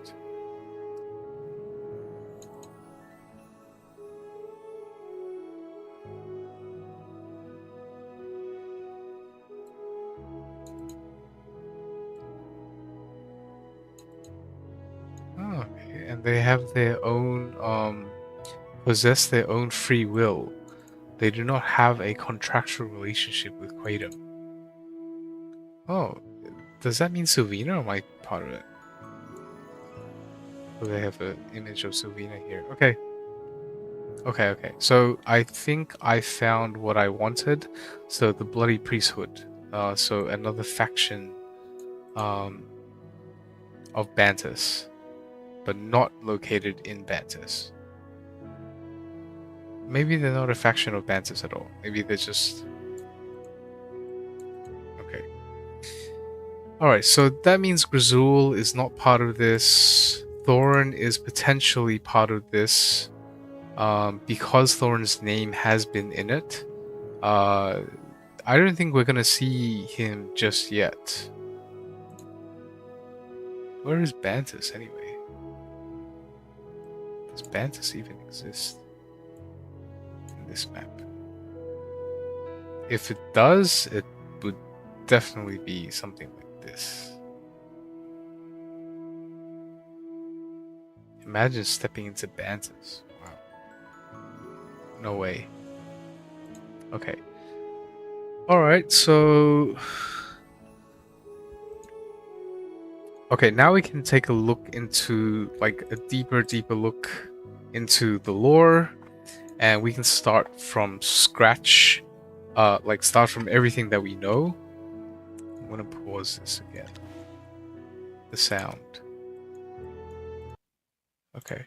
Right, so 2,000 years ago, we had this war. Millennia past. These beasts, I wonder if we're gonna see them. And they are the minions of the Frozen Fury. Frozen Fury, that's right. And then the Frozen Fury died, and the Frozen Fury is Crayonia. Is what I'm assuming. A general led 2,000 years ago, the twin stars were also born. So they're called Elijah and Lila. So her soldiers against a Hypogean in this place. Right, so this ice power obviously should come from her. And the cost of victory was high, as she herself died in the end. So this is the general. And I'm wondering if the general is actually Valka. Like, it just makes a lot of sense. Victory was if it high. is. Oh, you see that dragon thing? As she Okay, maybe I should like millennia past. pay super close attention now. A general led her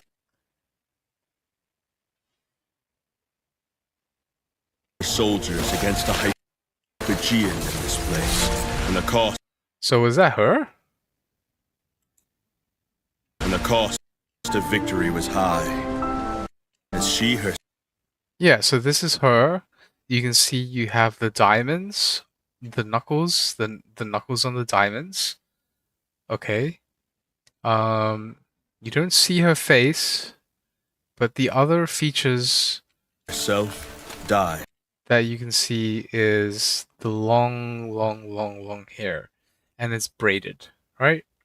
And so the reason why I not sure the connection is because, you know, her hair is lowered, and her hair is really long. She is wearing a soldier's uniform. And can I get like a The victory was Let's get a high. closer shot of this uniform. And I'm going to put it on Discord. And She herself died in the. That's another shot. End. Okay. And then we're going to go to Valka and compare. It looks exactly the same. I think.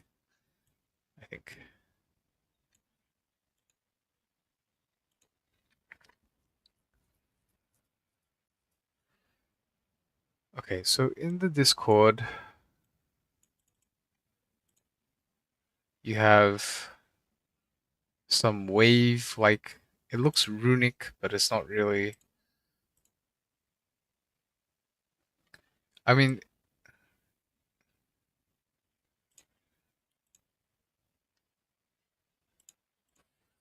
I think I can safely say that it's Falco.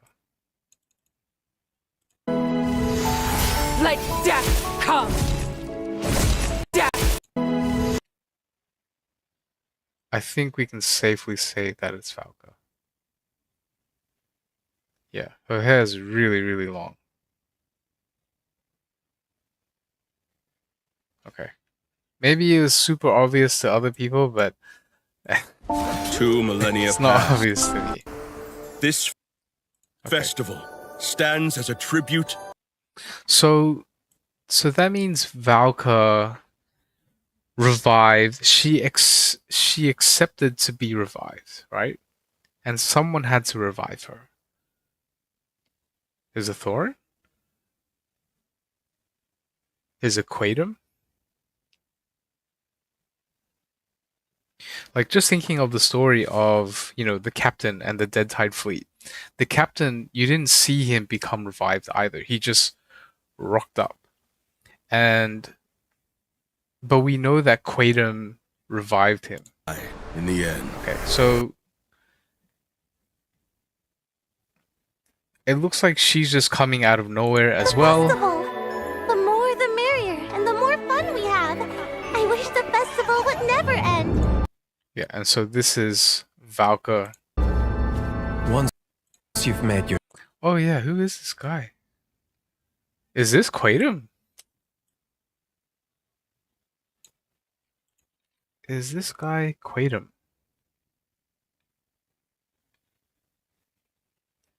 Is he Quaidam?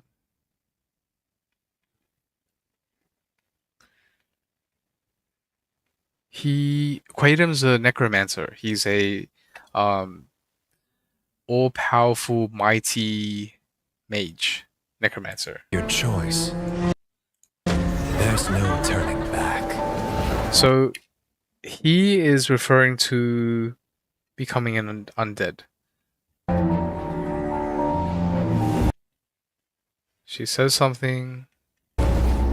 She gets scared. What does she say?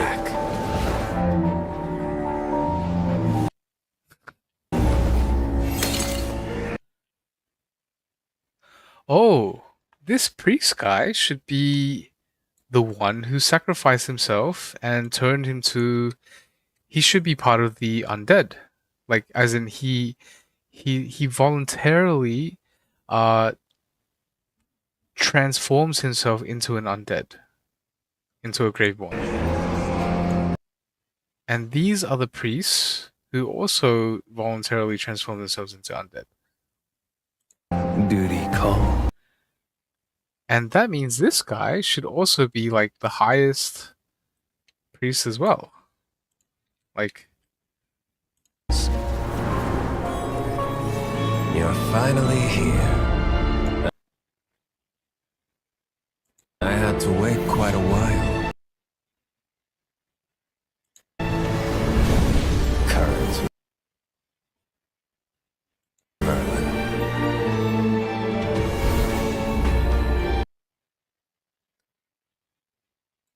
The gods can't...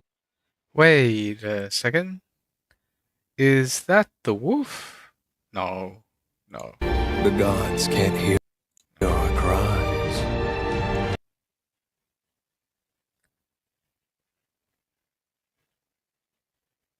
Is that Valka? Oh no, Valka.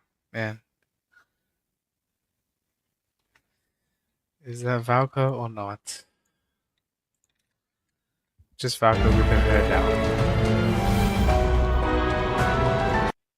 I am ready to offer everything.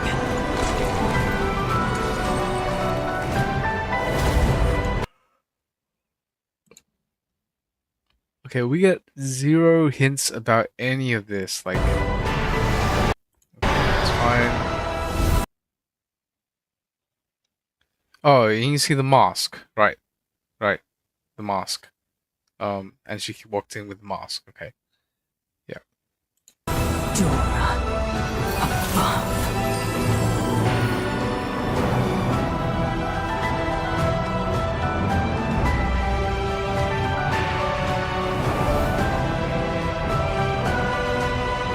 I think they're just trying to really confuse me. Ludovic. So these are all Everblooms. And for some reason there's a weird dinner table. Okay. Flawed legend shackled by an eternal curse. The eternal curse should be becoming a Graveborn. That's the curse. And the legend is that, you know, they died killing the Hypogean, but they became undead. 2,000 years later. Yep. My Okay. friend, what scars we have now. See? No, that's her. Valka said that, not the wolf.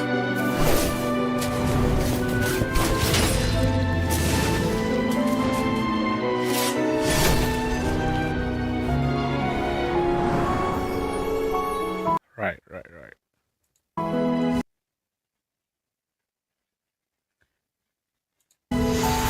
Let death come!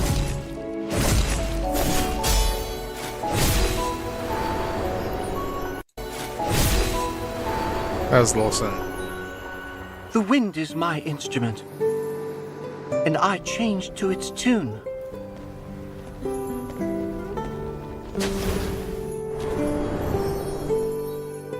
I hear a storm coming.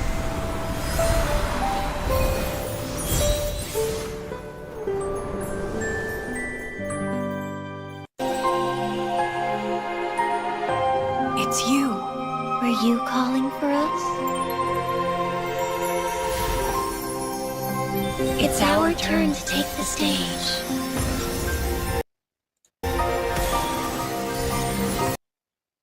Heal energy. Oh, that was 75 energy plus 25.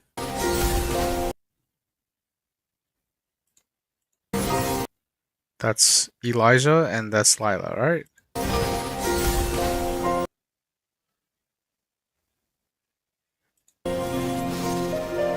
Yep.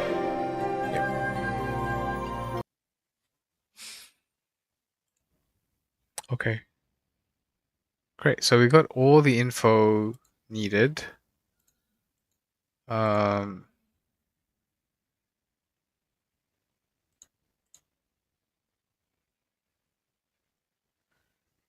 got everything we need. Now I just have to summarize it properly into a video.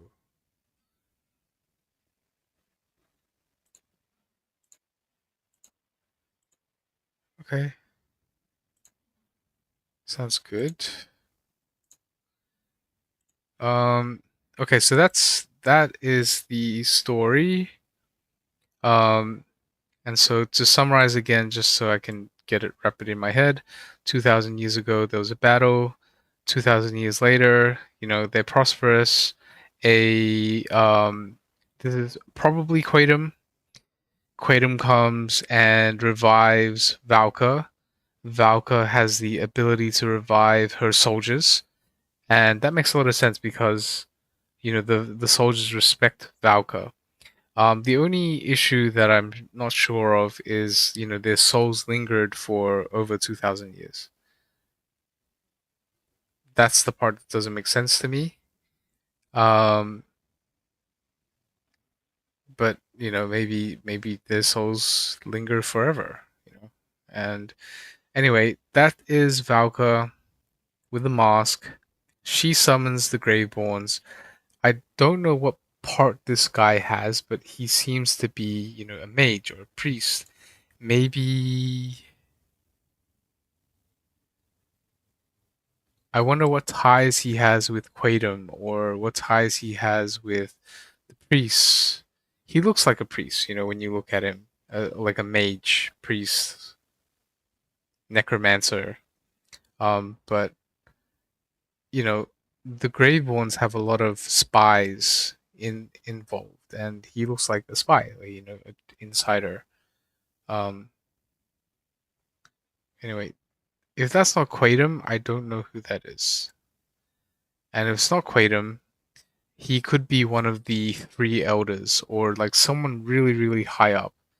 Yeah, because this guy looks pretty strong, even though his voice is pretty strange. Okay. Are they the same guy? Courage, Merlin. Wait. I'm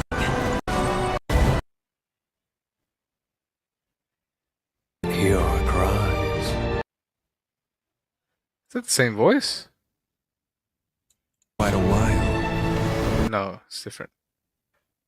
Different.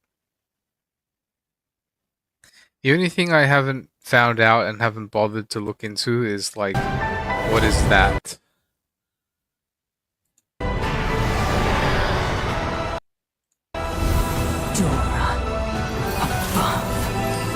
But there seems to be a lot of forces out there on the Graveborn side. There's a lot of enemies to deal with from the Graveborn side. So, you know, if we're talking about, you know, the Graveborn forces, okay, so they have like potentially Quaidam or high-ranking Graveborn. You have Valka. You have the priest.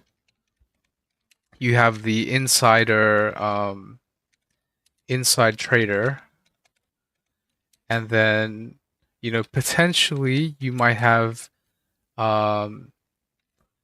potentially Thorin, Sylvina, etc. You know, plus you have Valkyr and her soldiers.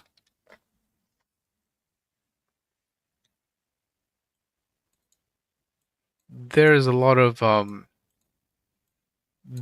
strong OP bosses here. Okay. Then you have the human faction, or you can say good guys. And for the good guys, there is, you know, the Magister. You have Cheddar Town, Cedar Town forces, which you know, are soldiers as well. You have the Frozen Paw clan, which doesn't seem like many. And is that enough? Oh yeah, don't forget you have Ludovic too. Ludovic's a Graveborn. Who do you have? You have Lila and Elijah. You also have the rabbit, Wilson.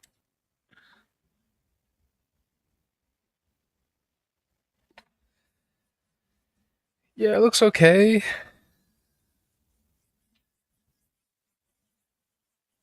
Like, I mean, Quaidam, Magister looks okay. It looks okay. But I mean, you can see like Valka like two tapped the wolf.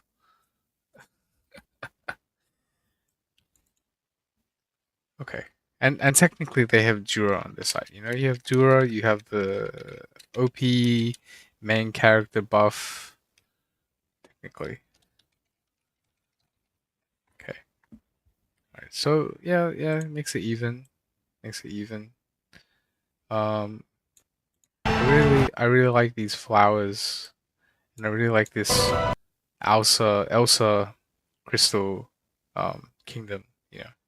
It's pretty cool. This is Elsa's castle that she abandoned after she let it all go and she went back home.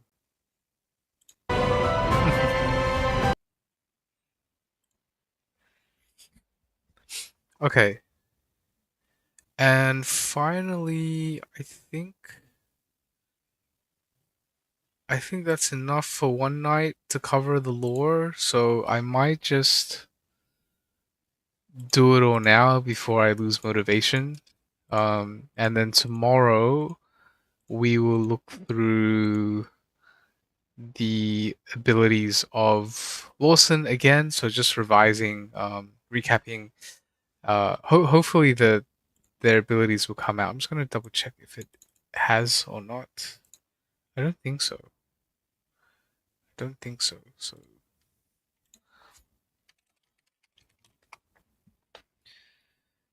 Wilson.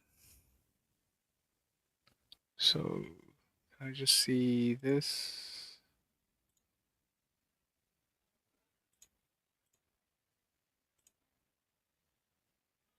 Oh yeah, my video is still there. So I did this 16th of September. Lawson Scales, very nice. Okay. Oh no, it's just from the video. It's not in detail yet.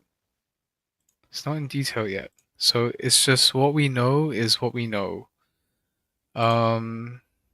Since I'm still here, is Bonnie good? Bonnie seems trash.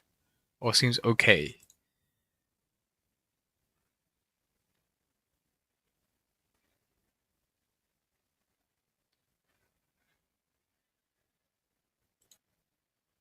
Yeah. Hugin's a pass, right? Okay, so we're just waiting. We're just waiting. Nothing's happening yet. Yeah. All right, and then Lila and Elijah, right? So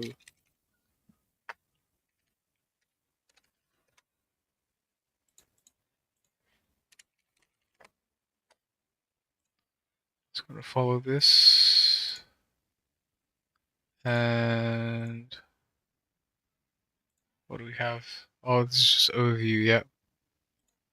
And this is just twin skills. Okay. Nothing really. Nothing really. Just what I know. Yeah. Okay. So tomorrow, so I'm gonna make the video now. Straight after this, I'm gonna end the stream, make the video, and is anyone here? No. Okay. Thank you for watching. Anyone who has been here. But yeah, we're gonna end it now. Tomorrow we're gonna look at the new characters. So revising Lawson's abilities, maybe just their lore. I think just Elijah's lore, Elijah and Lila's lore, Lawson's lore, and I think that's enough. Yeah, and then wait for their abilities to come out. So just speculate. Yeah. Okay. Thank you for tuning in. Hope you've enjoyed the stream. I put in like automatic timestamps from the video, but yeah, it should be okay. All right, take care. Thank you. See you.